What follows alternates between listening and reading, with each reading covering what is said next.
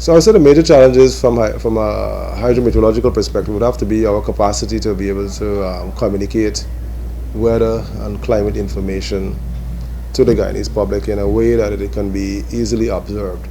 We are talking about translating very heavy scientific material into a language that all of our stakeholders can understand.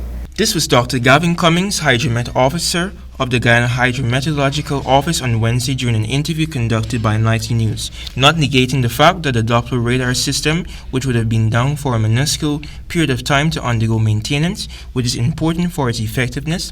Cummings posited that there has been a transition from manual networks to automated networks, which make it much easier for the transmission of hydrometeorological data. We've had significant investments in recent years in transitioning the network, the observational network, from a manual network, which means somebody has to go out there and read the rainfall.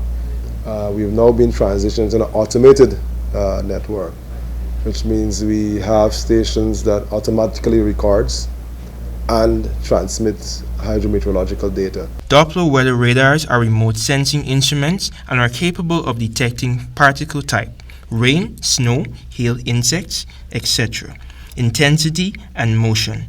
Radar data can be used to determine the structure of storms and help with predicting severity of storms.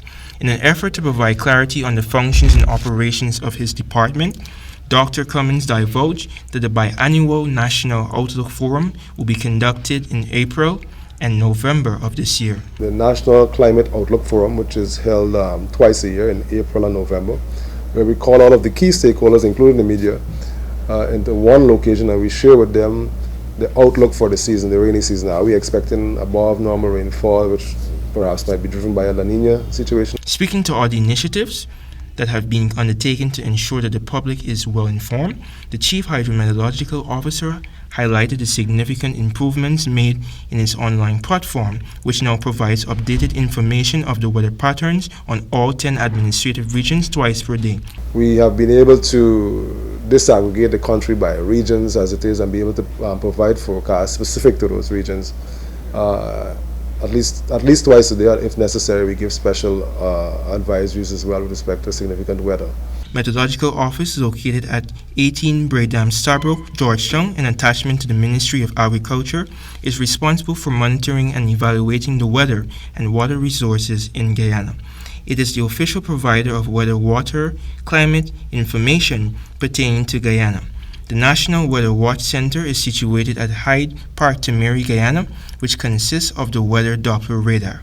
The radar utilizes either a solid-state or tube transmitter to send energy pulses, also known as radar beams, into the air to detect precipitation.